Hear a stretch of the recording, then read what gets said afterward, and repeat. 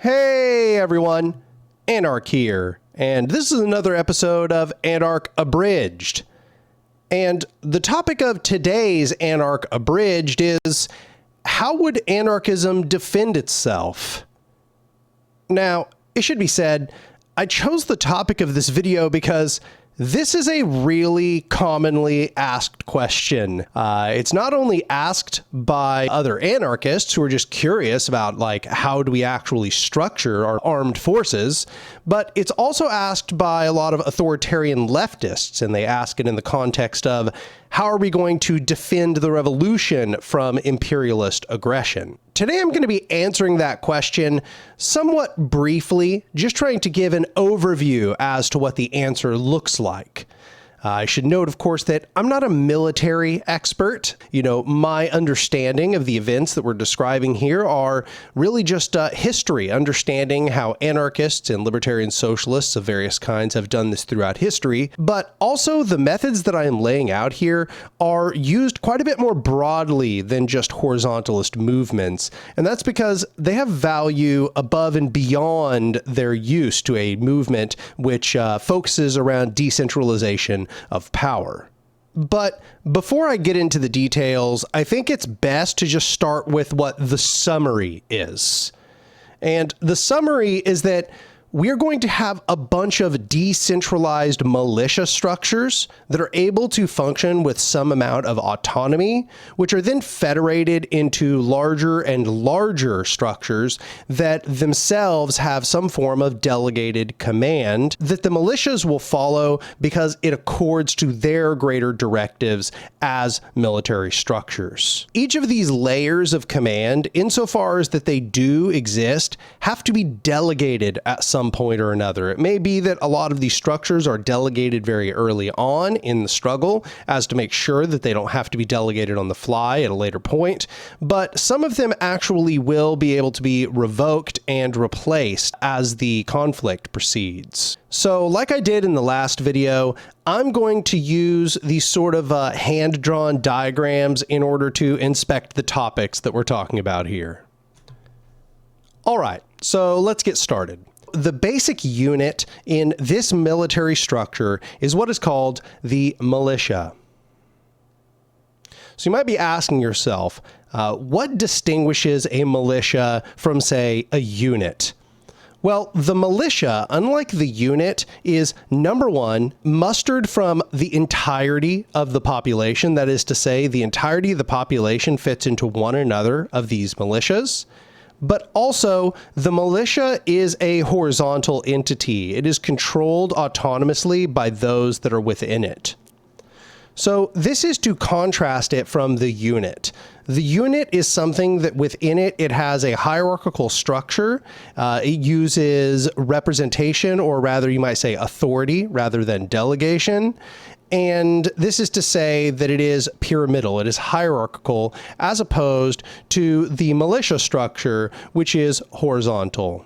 And importantly, it should be said that unless some broader strategic directive is carried out, this militia is given autonomy to act within its conditions. Some of these militias may function with delegated command, and some of them may function without it. So what do I mean by that? Well, I mean that within the militia itself, some of these militias may simply act by the concerted action of everyone that's within them. Okay? Everyone that's within them comes together and makes decisions about how to do things. And some of them may delegate a sort of commander within the group. So that may be that you have people within the group who themselves sort of subordinate their decisions to the command of a commander within the group. And it should be said that if somebody within this left-hand diagram, the ones where they have some form of delegated command, if they don't like that form, they can, of course, transition into this other form, which is to say one where they do not have delegated command, where everybody comes together to make decisions. However, what we find is that in the heat of combat, what you really need is clear decisions to be made so that everybody can follow on those decisions. So what we find is historically, when these militia structures are used, they still tend to elect some form of a commander within the militia structure so that they have clear decisions being made that they can act on the spot and know that this is the correct chain of command, you might say. However, it's important to note this because this is why these are still horizontal as opposed to being a bunch of little hierarchies. This is the difference between authority and delegation. Delegation can be instantly revoked and replaced at the will of the people who are doing the delegation, and whatever powers they've given to the delegate can be reabsorbed into the group of people that did the delegation. By contrast, authority is something that is structurally embedded. You must have a commander, you must have a commander above the commander, and a commander above the commander's commander, and so on and so on and so on. There's no other way around it. There's no elections. There's no taking it back. You have that structure by default, and there's no changing it. So you might be looking at this and you might be saying, okay, well, how does this scale up? Well, it scales up because there are lots and lots of these little militias, right? These militias acting semi-autonomously. There's lots and lots and lots of them, okay? And all of these militias are going to act together in bigger networks, okay? They're all going to have connections. They're all going to have some form of communication. And there is going to be some form of communication between these at this lower level and higher levels of command, right? You're going to perhaps have a military theater. This is the place where they're all acting, where they all have these similar strategic directives, but also they're dealing with very similar conditions. And you might have people that kind of watch over the strategy and tactics at this scale and help coordinate all of these militias at this scale together. And once again, this is a delegated position, but I suspect that a delegated position such as this is not going to be chosen on the spot. It's going to be chosen before the military conflict takes place or right at the moment that the military conflict begins. All right. So, however, you have lots and lots and lots of these militias, okay? You are going to have hundreds or thousands of these militias. And they are going to be federated at larger and larger levels. Okay? At all of these levels, there's going to be new forms of command, right? You're going to have different groups that are all acting in similar theaters in similar conditions. And they're going to have communication both by themselves, but also there's probably going to be delegated decision makers at each of these scales, right? You might have some delegated command at this level, and you're going to have delegated command at these levels. And then, as we said, you're probably going to have delegated command at each of these. Okay, so you may be noticing there's some similarity to this and a lot of more formal military structures. The big difference is that there's an expectation that each of these units by themselves are going to act autonomously within their conditions unless that there has been a strategic directive that says otherwise. And if there is some directive, some strategic directive that is handed down from on high that doesn't make sense to the smaller confederations of militias, then by default, it's probably best for them to follow that directive anyway because they may not know all of the pertinent details. But if that continues time and time again, where they feel like they're being given foolish directives, because autonomy ultimately still always lies within the militias can choose to do otherwise if they desire to do so. However, they do so knowing this may cause problems at the larger levels if they don't act on those strategic directives.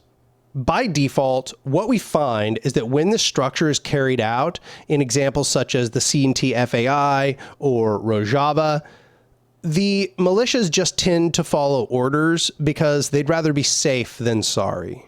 However, if it's found that they keep making bad decisions at these larger federated levels, they can just eliminate that delegation of command, or they can delegate new people to those positions of command.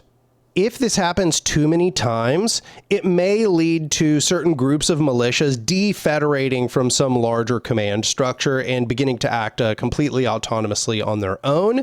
And this is going to create an internal pressure for those people within delegated command not to give bad commands and to take into consideration that autonomy still lies with the militias.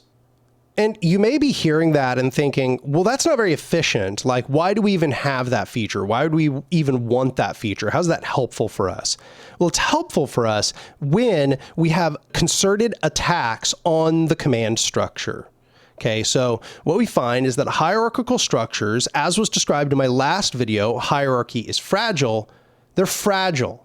They're fragile to unexpected, catastrophic events. And these events are usually those which target people within positions of power within the hierarchy or structures of communication within that hierarchy. In a traditional military, this is going to lead to confusion, gridlock, and it's going to lead to backfiring where the actions of these units now, because they are always relying on command, they now don't know what to do. Whereas in a decentralized militia structure, what you get is all of the militias can still act autonomously. They're always empowered to act autonomously outside of exact strategic directives. So if strategic directives stop coming, they are empowered to act autonomously because that's the default state for them to begin with. So what you see is this decentralized militia structure is very durable to attacks on command and lack of strategic directives or specific information being given to the militia structures. However, at the same time, this is not to say that they are better without this form of broader strategic coordination at larger and larger scales.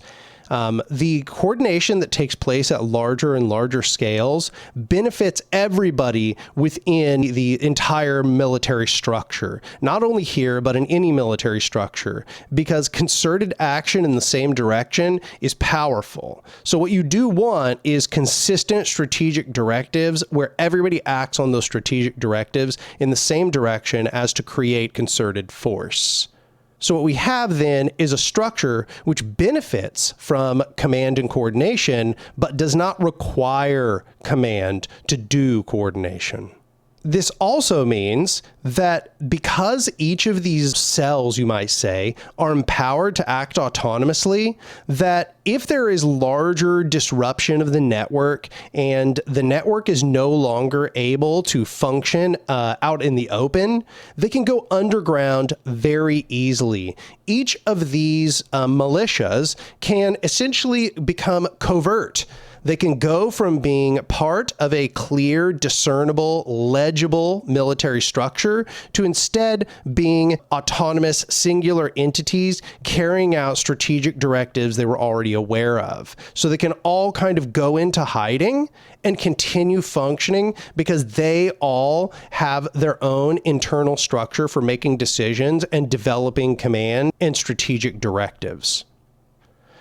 So this is very powerful. What it means is this, like most decentralized examples of things we see, is very, very flexible. It's not that they would desire to be underground, because in a general sense that it's going to decrease coordination and therefore the possibility of marshaling force against the enemy. It's just that if that does take place, what you're going to get is not just like chaos and a terrible fray where all of the units don't know what to do, but instead each of the units can now act towards the directives they are aware they're supposed to be carrying out. However, I should note, once again, that does not mean that is preferable. That's only going to be preferable under certain circumstances. Those circumstances where the military structure has become too legible to the enemy, where the enemy has much more force and has therefore destroyed most of the above ground military structure.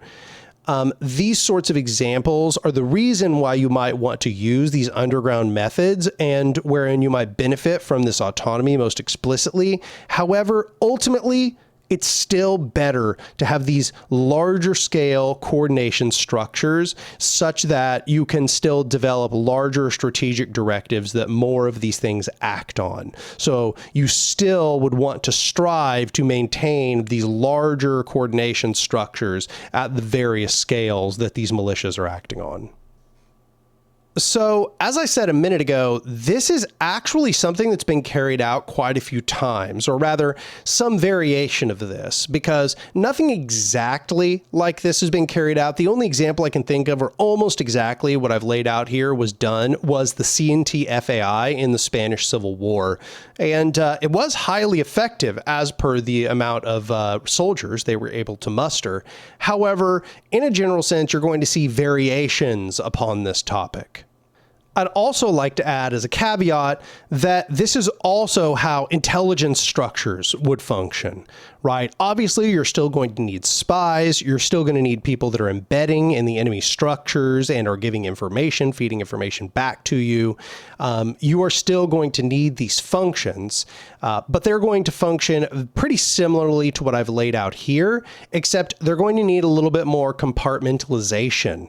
That is to say, you're going to want to make sure that the rest of the militia structures do not have explicit knowledge of everything that is being done by those intelligence structures, what I call intelligence pods in my work, Constructing the Revolution. And I should note, that is a very important companion piece to what I'm laying out here. The structure I'm laying out has actually been very successful at ousting imperial armies. I know you might be thinking that what I'm laying out here must be like purely anarchist or only horizontal examples would exist, but no, these are actually methods that are utilized in a huge number of different circumstances, even by military structures which are ostensibly hierarchical.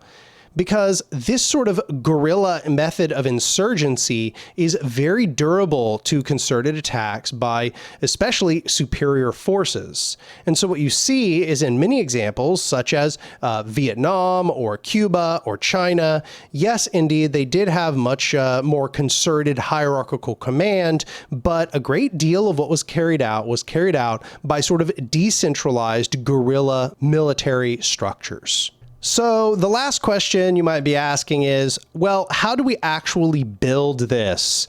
And what I want to emphasize is that we're not going to be building this wholesale as I laid it out there in the here and now. What we're going to be doing is building sort of prototypical versions of these structures. People need to begin creating sort of militia bodies or proto-militia bodies, which are going to teach people how to use weapons, how to coordinate together, how to do small unit tactics, but also teach people how to do the related tasks that are necessary to make a military function, such as medics or mechanics or coordinators and communications experts. And if you want to know more about how we would begin building those in the here and now, I actually lay that out pretty explicitly in one of the 4 parts of the video, Constructing the Revolution, specifically the part on defense. So that lays out how we would begin prefiguring these militia structures in the here and now without really building the whole thing in its totality. So I hope that was helpful for you, because that's a question that I get a lot. And I don't mean for that to, have all the answers all in one go. I'm sure you still have all kinds of questions about all kinds of specific details. Those of you in the military, I'm sure that there's a mixed reception to what I'm saying here. Some of you are going to think that sounds like a great idea. Some of you are going to have very deep criticisms. If you have been in the military and you actually have comments you would like to make on what I've laid out here, I'd be very interested in hearing about it, but I would also ask that you do some research into some of the examples I've given, the CNT-FAI in the Spanish Civil War, as well as the Free Territories of Ukraine. These are both very good examples to look after, and in the modern day, we also have Rojava, which uses the sort of federated militia model. But that's about it for this one. I just want to tell you to go down and like the video.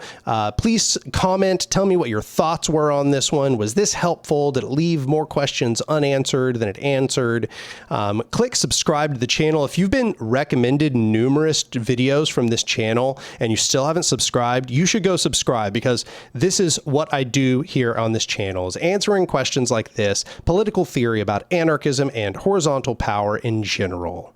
And if you really value the work that I'm doing here, if you think that what is being done on this channel is important, I would ask that you go over to my Patreon, which is patreon.com/anarch, ANARK, and become a patron for any amount. $2, $5, $7, $10, $12, and $20, I think, are the different tiers. I always forget the exact tiers, but I'm pretty sure those are the ones. Go become a patron for any amount, and that would be extremely helpful to the growth of the channel. Also, YouTube has some kind of membership thing, which is basically like Patreon, and I've put all those same tiers here on YouTube memberships if you'd like to become a member here on YouTube. But that's about it for this one. I think that I have maintained the under 30-minute mark here, and I hope you all enjoyed it. But anyway, I'll see y'all next time.